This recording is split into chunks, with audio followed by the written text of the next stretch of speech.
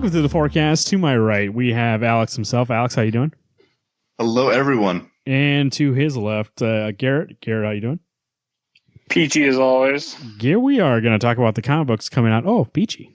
We're going to talk about the comics coming out for November 22nd, 2017. Is that correct? 22nd?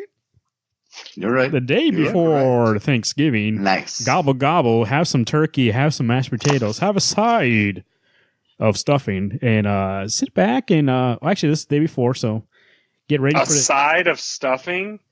Yeah. No. I would rather eat stuffing as the main course and all the other shit next to it. Like, stuffing is the... I mean, turkey's obviously the main course. Yeah. Get that shit off to the side, because I'd rather eat more stuffing than turkey. I'm sure like 98% of people consider stuffing as a side. They're not... I would. You eat stuffing on the side? Yeah. I eat it with. It's like it's on my plate. Stuffing. Do you understand what a side means? It doesn't mean it's literally on the side. Fries. But why do you shove stuffing up a turkey's ass then? Oh, geez. I don't. I normally cook it separately. Yeah, but me too. Just saying. We're talking about the comics. You can keep eating your shitty stuffing. Let's first head to Baltimore. Dark Horse Comics. Let them know what we're getting there. We got Department H number 20. This is written by Matt Kent, art by Matt Kent, and colors by Charlene Kent. When Q confesses to Mia the heavy burden he has been carrying for these years, she finds out that he has even more secrets than he has tattoos. Hari Hardy, head of security, has a complicated past that may contain a vital key to Mia's future. First off, that cover, how much does Q look like Tom Hardy? One. A lot. and how much looking forward to this, Alex? You know, this now that I know it's ending in 5 issues, I cannot wait to see where this book is going. In 5 issues, that we're going to find out who the killer is. I'm guessing some more people have got to be dying here soon. Well, that's the thing, right? Before we didn't know, so we were always like, "Oh, this is a slow burn." But now that we know, like this is the end. It does feel like the last couple issues have been ramping up. At least the cost of these characters, like they are underwater and their ship got broken, and then and they're getting saved at the last second. A lot of stuff's happening that they could die. You know what you're saying, and we'll see what happens with them. Garrett, what do you think? Department H.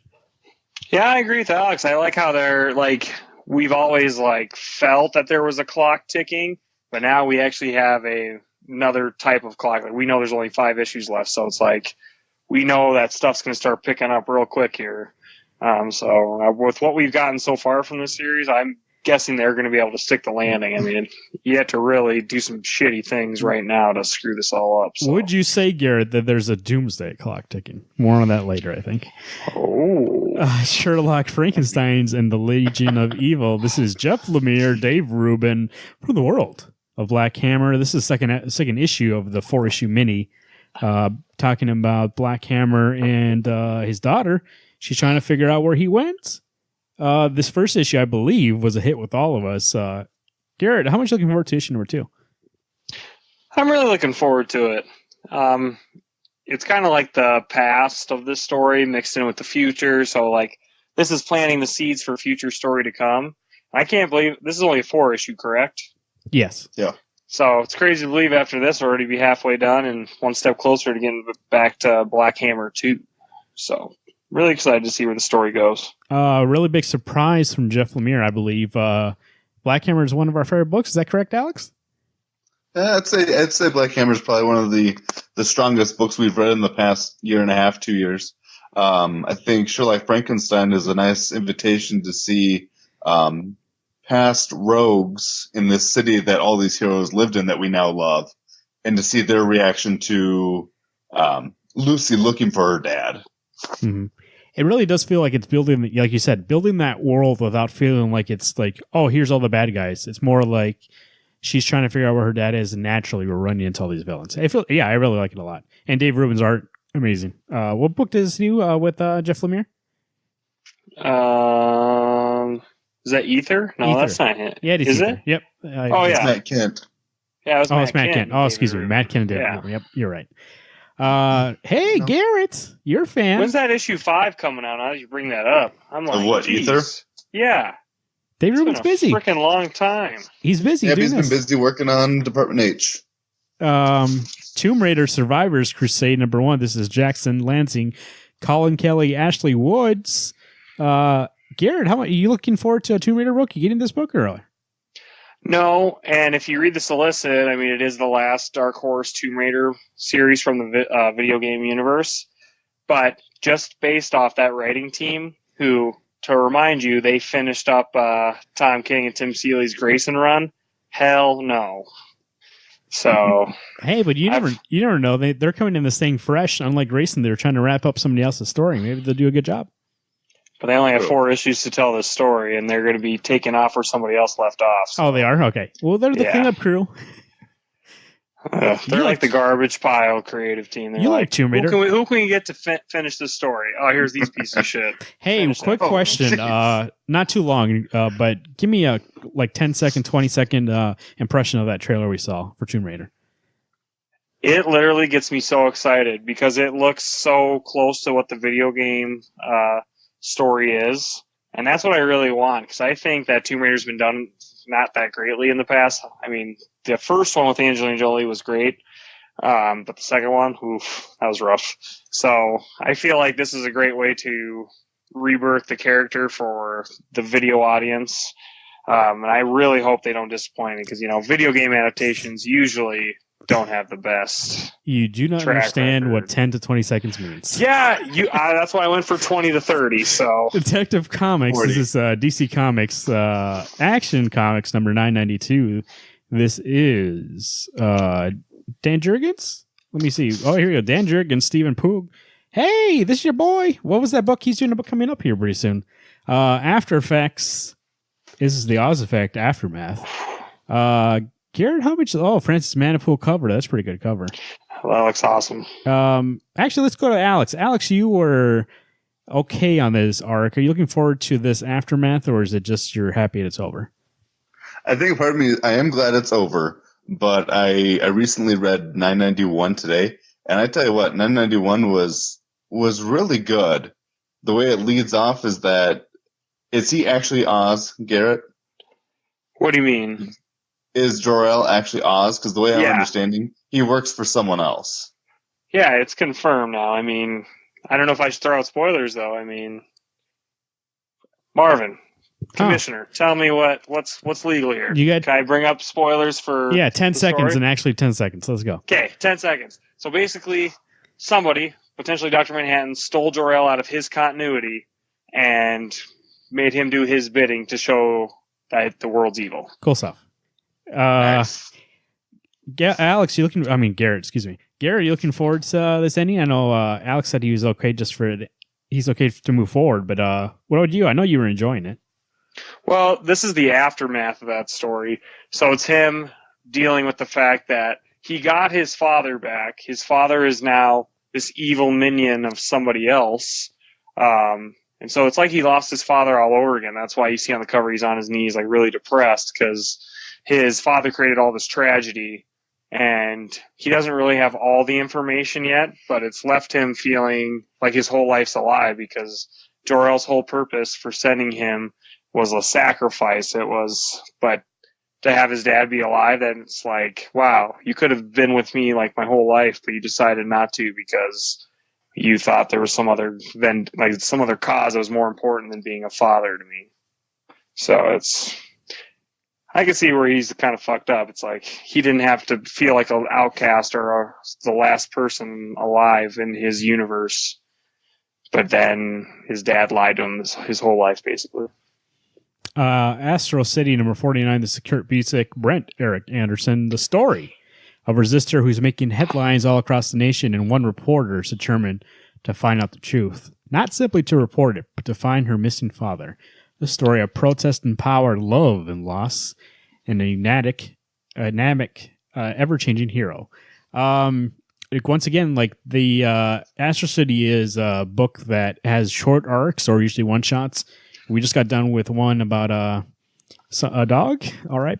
Dog. And here's a new start of an arc. So if you're looking for Astro City, I think it's one of my favorite series of all time, and I think Garrett liked the last arc you read.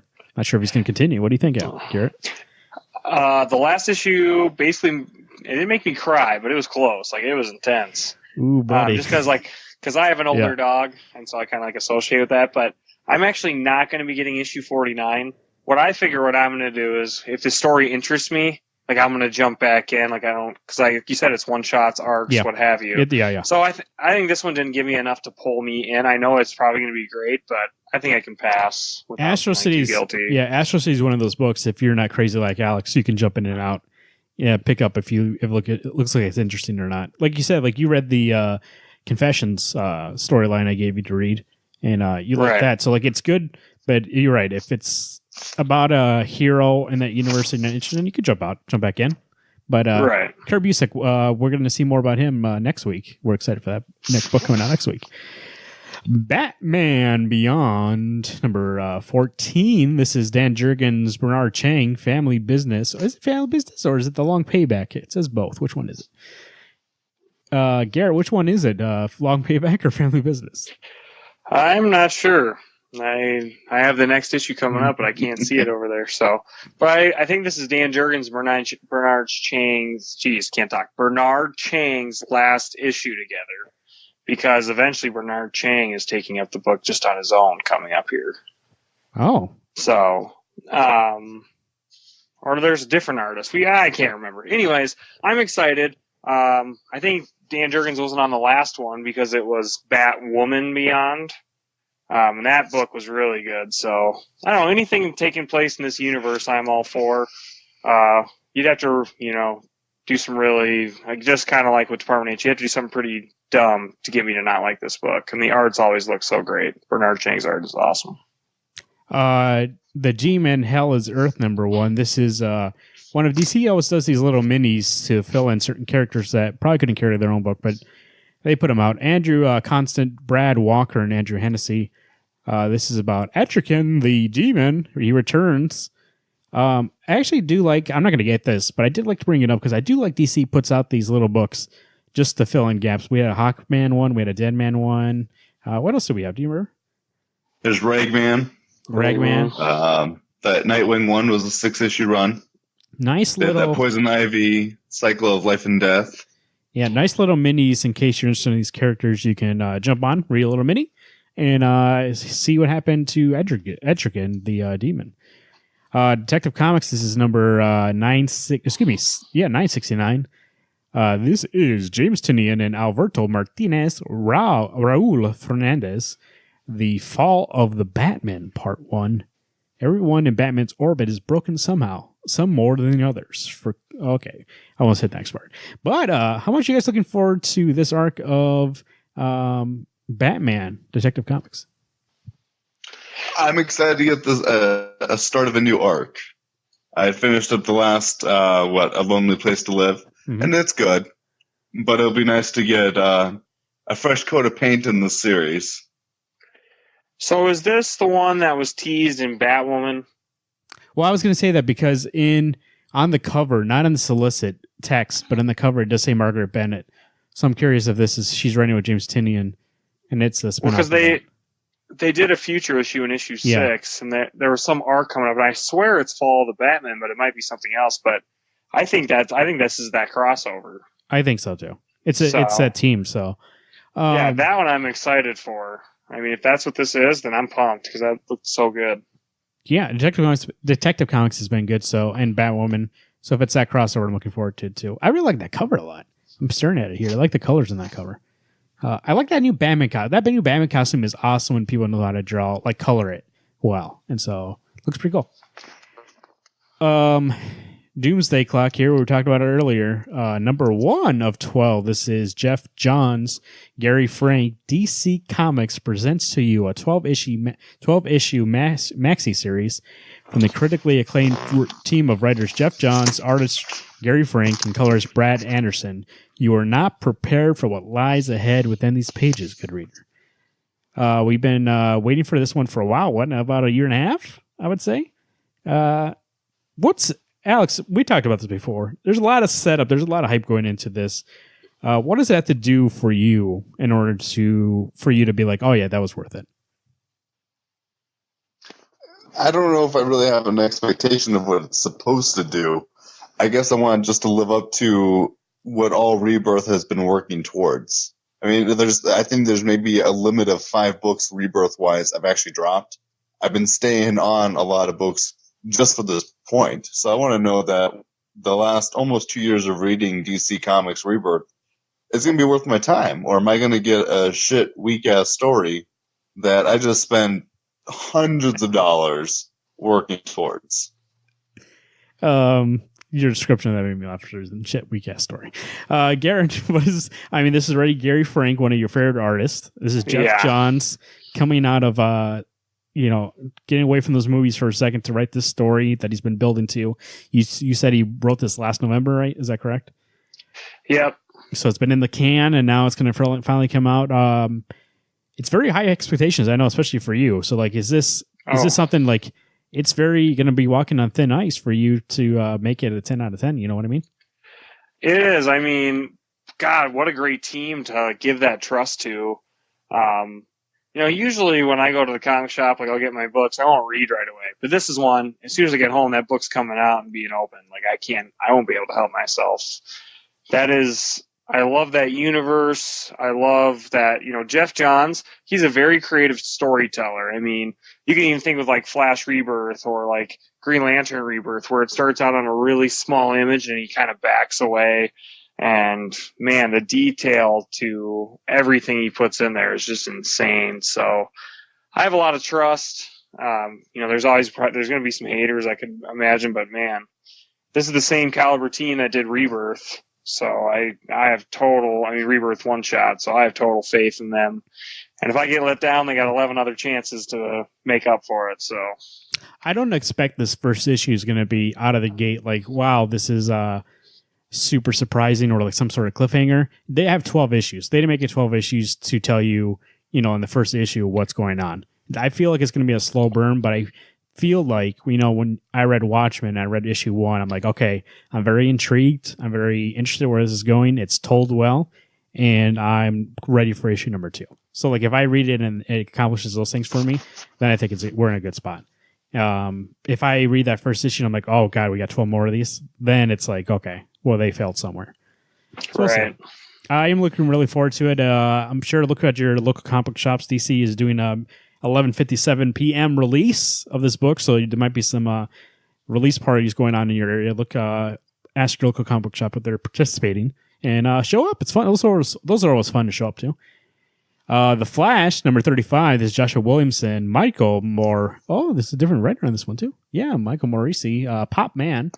Black Hole Rising. Or Black Hole Part 2. One of the two. Betrayed and broken, the Flash must come to terms with the damage he has caused his friends, family, and city and find a way to repair it. Or risk losing those he loves most forever. Alex, Black Hole. Are you looking forward to Flash, or how's Flash going? I caught up on 34 today. There's a character that we've met previously and then lost.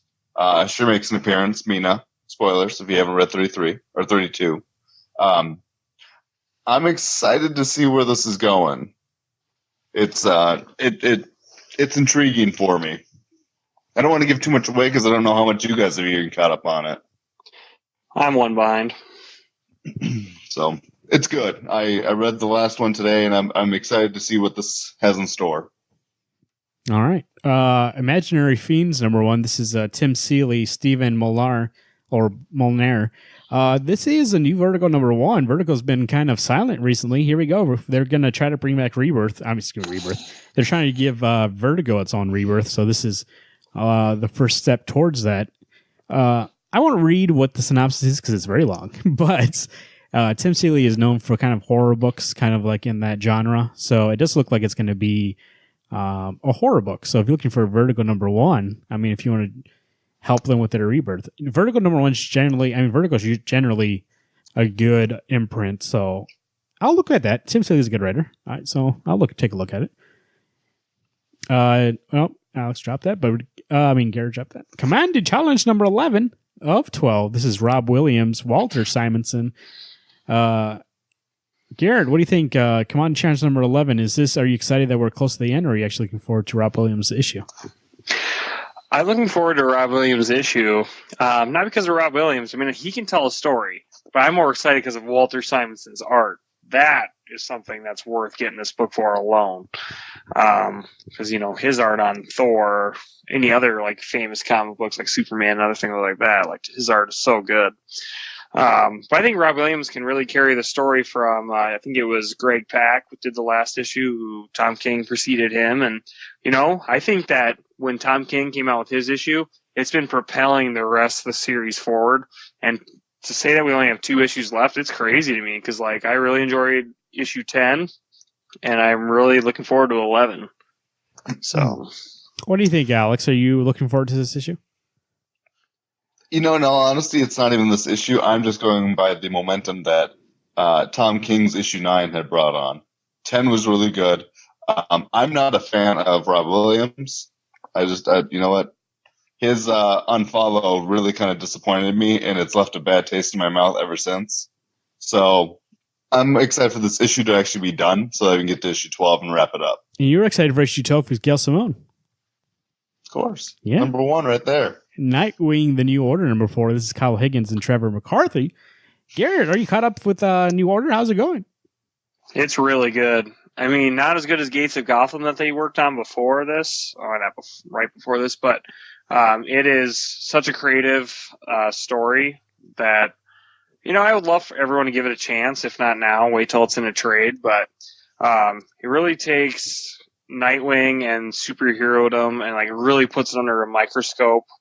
It's kind of like any kind of Superhuman Registration Act kind of story where instead of it being registered, you have to take a drug to keep your powers at bay. Otherwise, you're arrested or tried for treason, basically. So, very good story.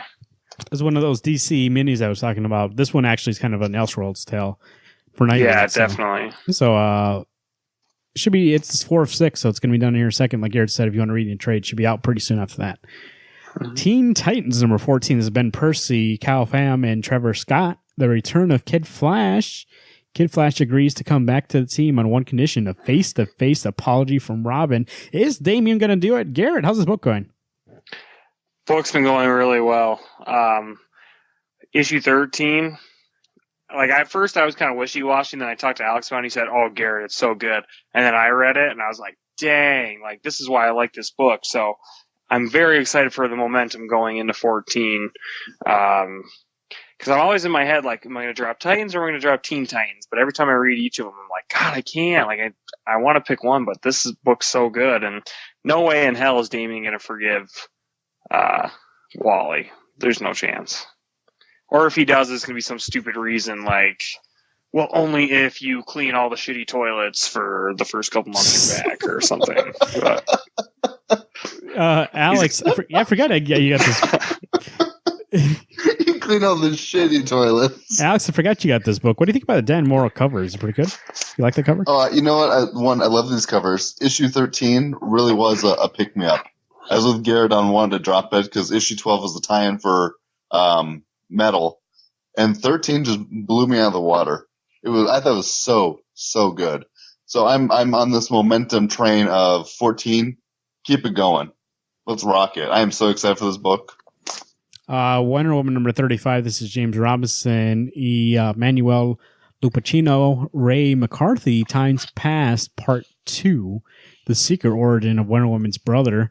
I think that statement says it all. Alex, what do you think? Wonder Woman 35, we're 3-4 issues into James Robinson's run? Is it? I'm struggling with this book. There are big hits. Like when there's a hit, it's great. That issue 33? That was a good issue. It didn't even have to have Wonder Woman in it to be good. It was just good storytelling. Red 34, the first 3/4 of that book, I wanted to shoot myself.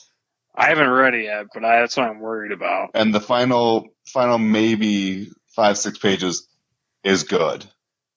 I don't want to drop this book, but it is very tempting right now. It is very saddening that book that I thought was actually. I mean, for a while we were like, "Oh, Greg Rucka's run." It was kind of confusing, but I think that was just more a symptom of how he was releasing them. One issue was one story, and the next issue was a different story. But I actually do think it was good looking back at it now, and even like that Fantano run was actually just like at least it was fun. This is like I don't know you're taking yourself way too seriously. A and then B, it does feel like a lot of retread or like not retread. They're just trying to keep the status quo. This James Robinson, whenever I see him on a book, it's not to further the story anywhere. It's to maintain the status quo until they can find something better to do with her later. Like this, I was dreading that this would happen after Greg Rucka. Like it's no character development. It's her doing fun adventures, which isn't fun for anybody unless it's like really heavy in story that was set up by Jeff Johns or somebody else. Like, man, that issue 32, I was like, what is this piece of shit? Like, for me, I've only been reading Wonder Woman since Rebirth. And I've been trying, like, that got me into being a fan. And, like, for somebody who wants to become a long-term fan of Wonder Woman, this is so off-putting. Like, I'm really close to dropping this book, especially if he's going to be the writer for the current amount of time. Like, it's just crazy. I think for somebody who watched Wonder Woman, it recently came out in DVD Blu-ray, or like watch Justice League and like, oh, I like that character. And they try to read this, and it's all about, like, Wonder Woman and her brother, and then we have Darkseid and all this stuff. It just feels like I would read this and be like, I want a story about Wonder Woman. Like, why can't it just be a story about her? And I don't know. Yeah, you're right. Everything you guys said is right. I don't think that it's like that bad of storytelling, but it's so mediocre. Like Garrett said, it's so like paint by the numbers. Like, oh, let's be safe. Let's play this safe. And it's just like I want something that's exciting. But even the safe bet, to me, it doesn't feel like it's a safe bet. You're actually choosing to ignore what Rucka had made for her beginnings, and now she's got a twin brother. That doesn't even make any sense, other than the fact that she's created by Zeus, and that Zeus gets around. I get that. Well, we'll see. I have a feeling it's going to come back around that it's not actually her twin brother, and yada yada yada, and then it'll go back to just resetting to like how we were before the arc started. And that's what I mean by playing it safe. Like, nothing's actually going to come out of this. Marvin, are you caught up on 34? I didn't read 34, but 33, yeah. Okay.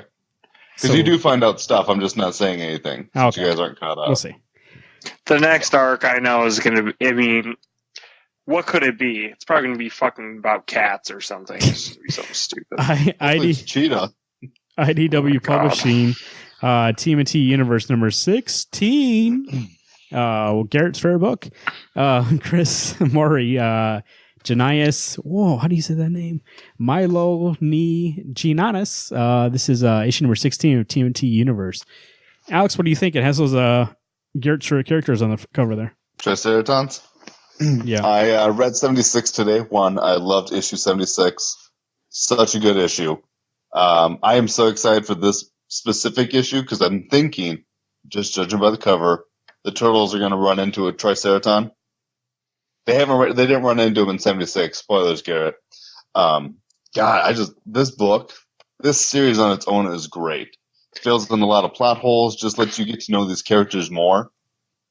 Oof, awesome. I gotta say, I read issue 74, and it was really good because it let the art tell the story, and the Turtles were actually in the book. So, I mean, I'm actually excited to read 75, and I haven't been able to say that since issue 70. So, Image Comics. Hang on. Ghostbusters TMNT number 2, number 4 comes out.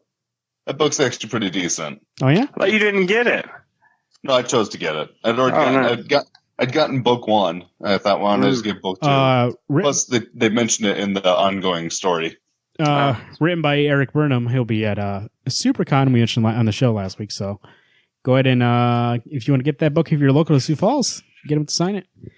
Image Comics, Angelic number 3. Alex, you still getting Angelic? Still on Angelic. Casper, I don't know how to say that last name. Errors and Graces, part 3. That cover actually looks pretty sweet. Alex, how's this book going, Angelic? This book is trippy. So it's a post-apocalyptic world where humans are gone, animals have evolved into different things. Like there's robo-dolphins, manatees in robot, spaceship things.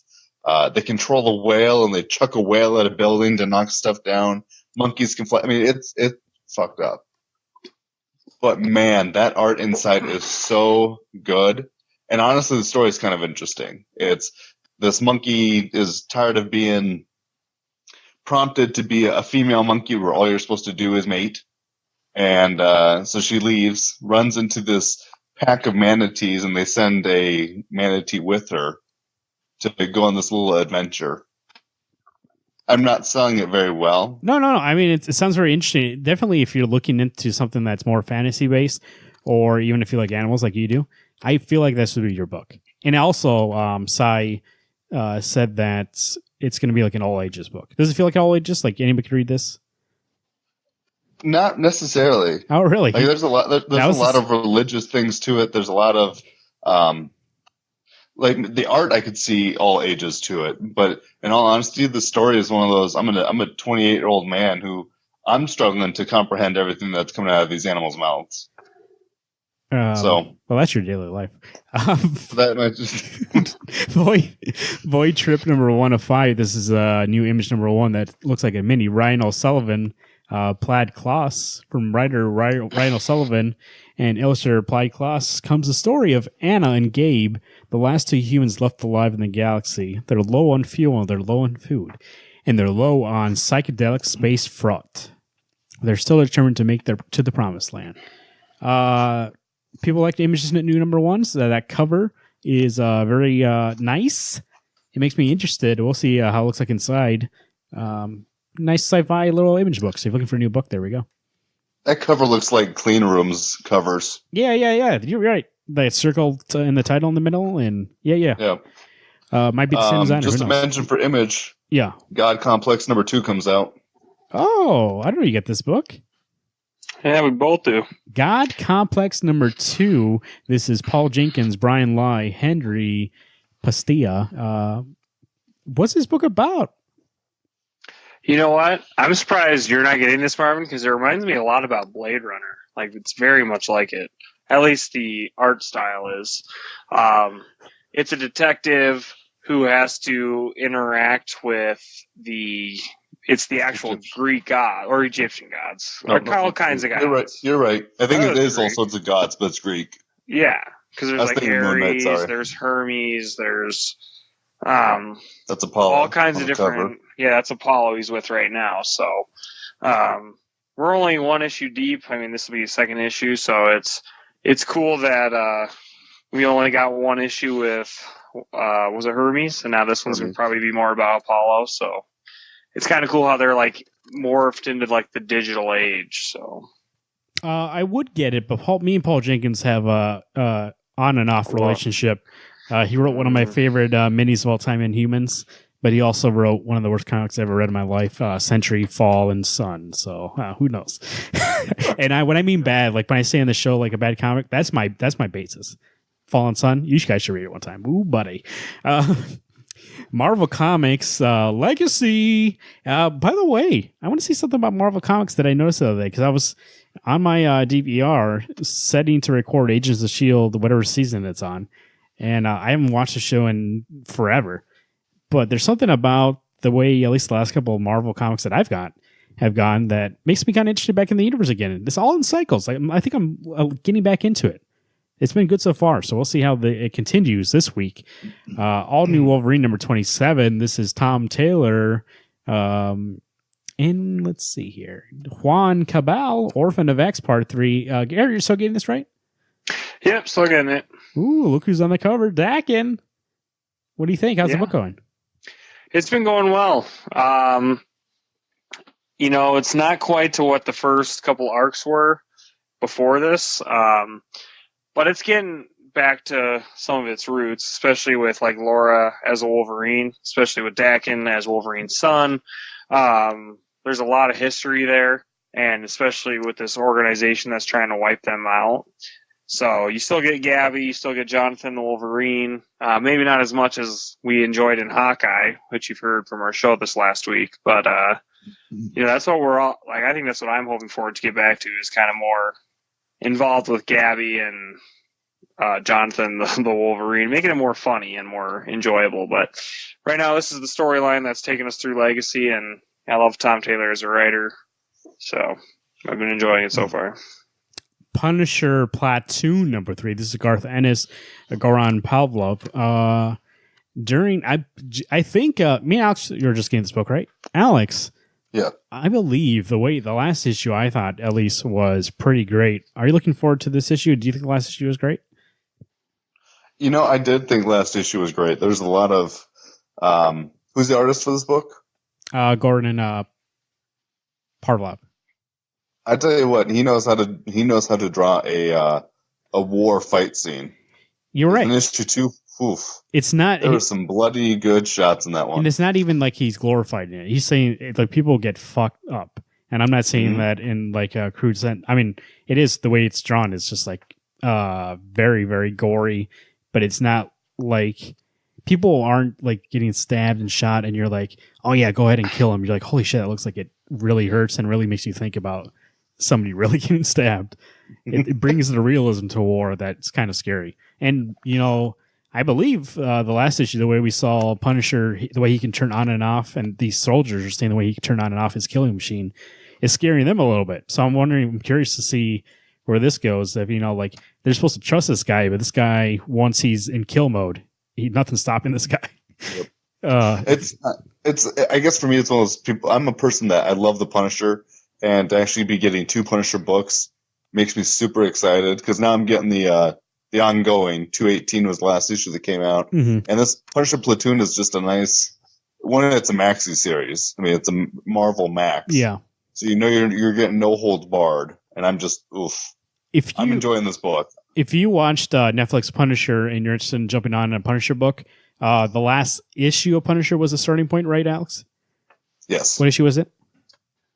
218, issue 218. 218, and also you can get into this Platoon series. It's 3 issues, and you don't have to know anything about Punisher. Get in and see how these people now in the future, this reporter is trying to figure out what happened to Frank Castle back in Vietnam. So it's a good book. I like it a lot. It's one of my favorite Marvel books coming out right now. I mean, which is not saying, but I mean, like I said, they're coming back, but it's slowly but surely. Thanos number 13. This is the first one from the team of God Country, Donny Cates, Jeff Shaw. Thanos Wins Part 1. Alex, are you going to get this Thanos book? You've been getting it for the beginning. Now it's going to be the team of God Country. I've already gotten the first 12 issues, and I'm ready for some Donny Cates and Jeff Shaw. I've enjoyed the last about 5 issues. So I'm excited to see where they decide to take it. So if nothing else, it's a good jumping on point for someone else who wants to get it. It's Legacy's number 1 issue for them. I think this jumping on point for me. I like God Country a lot, and I like this team a lot. Garrett, enough for you to jump on, or are you going to skip this one? Nah, I'm going to sit this one out. I mean, I like God Country, but, Thanos, I'm good. All right, let's see what other books we have down here in the Upside Down, as I called it last week. We have Mighty Morphin Power Rangers number 21. This is from Boom Studios. This is Kyle Higgins, Ryan Ferry, Jonas Scarf, Backen. This is the secret history of the true original Power Rangers divides the Mighty Morphin team, and only Zordon can save them. Garrett, how's this Mighty Morphin Power Rangers been going?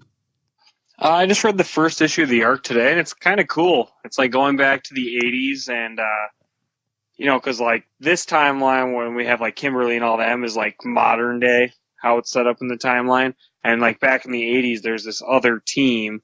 It's got like a Russian guy, it's got 2 Americans, a war veteran, and one of them's like a research laboratory girl, and she's actually the Red Ranger.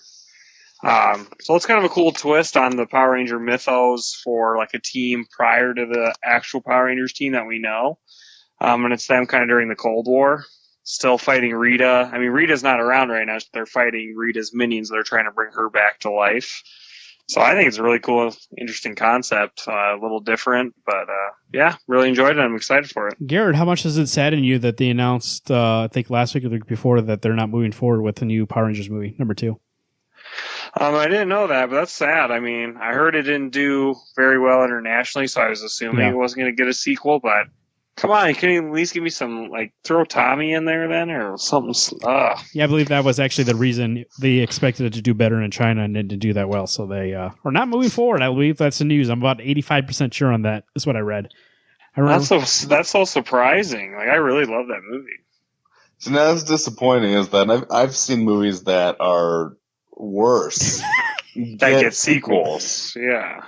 And so, I mean, I've seen shit-ass animation movies that are like, oh man, this movie's gonna be so good, and it's garbage. So how did that get me in the first place? Where, you know what? I went into Power Rangers expecting to hate it and to just despise it. And I love that movie. You know what? I just think it's that, though, Alex. A lot of people didn't give it a chance. Like, we went because we were like, oh, let's review for the show. But I think a lot of people were just like, that doesn't look good. And they didn't go. So that's what happened. They didn't make enough money. And that's what they need. They need that money. Otherwise, they can't make another movie. That looks like all the comic shows this week, right? Anybody else have any other ones on here they want to talk about? Nope. Alex, what book are you looking forward to the most this week? What's going to be your pick? Oof. That is a very tough choice for me. I was telling you guys earlier this week, or earlier today even, this week has got some good books, but not enough that I'm just like, man, here's how I'll frame it. I was just looking at it when Garrett was talking about My Name for Power Rangers. Not a lot of the usual hitters where I'm like, oh yeah, man, Batman's coming out. All these books that I know are going to be good, but a lot of good possibilities this week. And maybe that's the thing is I'm just going, oh, it's going to be a good week, but I don't have anything that just sticks out of, oh man, I can't wait to read it. So I can't answer that question. Garrett, go ahead. Sorry. If you're going to force me to pick, yes, I know the listeners want to know what I say. Probably Sherlock Frankenstein #2 is the one I'm most excited to read. Oh, surprised me. Garrett, what are you looking forward to the most? Hands down, Doomsday Clock #1. I let the fandom get to me. I mean, this has been building up for a year and a half, and I couldn't be more excited to start this story. Somebody online, I was answering a question for them on Reddit. They were asking, hey, with Doomsday Clock, what do I have to read to know what's going on? And I said, let me know if you think any different, but I said, Jeff Johns said Watchmen, so obviously Watchmen, but I think also that Rebirth one-shot and then The Button. If you're going to read like the minimum to get into this, I think those are good enough to get into it. Even though you could still even do without The Button. I mean, it doesn't tell you enough that You think so? Yeah. It's only 2 issues, so I figured, It's 4 issues. Oh, holy shit. Yeah. And it doesn't tell you more than you need to, overly know. It's just kind of like it's wrapping up the loose ends from like Flashpoint and things like that, which still makes Dr. Manhattan, whoever is really involved, more apparent, but that's about it. I think the only thing that The Button has for you is literally the button that the comedian has. So otherwise, just read Watchmen, and I'd read Rebirth. Yeah. Okay. Yeah, 2 books. One that is really excellent, Watchmen, and then one that also is really excellent, but it's more recent. That 80-page will take you a second to read, but it's worth it, I think. What am I looking forward to? I think you guys said 2 of them that would fall on my list also, but let me throw a third out there, maybe kind of surprising. That's Thanos number 13. I really do like God Country, and so I want to see what these guys can do with Thanos, and it also is going to have the Black Order in it. I saw Donny Cates tweeted about it, so I know at the beginning of the series they died, but supposedly they came back, and there's a cost for them coming back, so we'll see. I'm just very interested. That team was excellent, so Donny Cates. Yeah. What? I know what the cost is. They all become his nieces and nephews. Oh, jeez. Uncle Thanos. Well, we'll see, but we'll see, but I hope not. I mean, they're good as just being his army. You know what I mean? Guarantee you, because that movie has it that way. That's how it's going to be in the comics. Alex, how's the weather look tomorrow? People go out there getting their comics in November, day before Thanksgiving. How's it look? The weather's going to be maybe a little breezy. Could be a little cool. You know what? It's November, and it's South Dakota. Who knows? Those meteorologists, they don't know. But you know who knows? Papa Alex. He'll tell you. But we got listeners all over the place. People down south is pretty going to be nice with them, you think? Of course. They've got the sun. They've got the beaches. Who knows? Are they going to eat turkey? You bet it. You know what they say? You know what they say down there? I got the sun to my back and the future ahead of me. Nope, I never heard that in my life, but I just made it up. I've never heard that before, but I like it. I want $1 for every time I hear it. Garrett, what do you think? How are those roads looking? Speaking of moving forward. The roads, this is one of those really, really, really busy weeks. I mean, you need to get in your car. You should be in your car right now heading to the shop and just drive really slow, but you'll get there before everybody else. So much so that maybe you want to get to your shop at 11:57 the night before. Yeah. If you know what I mean. Get it? Before that clock, that doomsday clock hits that midnight hour, we're all done. You said it, not me. Yeah, like I said at the beginning of the show, or I said when we talked about Doomsday Clock, those events are very fun if you're looking to get into comics and you want to start with Doomsday Clock. Find your local comic shop, see if they're doing an event, show up. I'm sure there'll be some people there that if you want to pick up some other books, we'll recommend some stuff. It's a very exciting week. We'll see what happens there. I'm very excited. Nice week, like Alex said. We got Turkey coming up. I got some books coming out.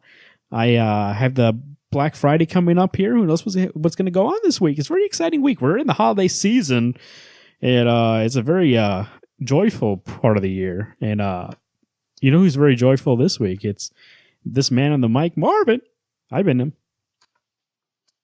Sorry, I've been Alex. And I'm Garrett.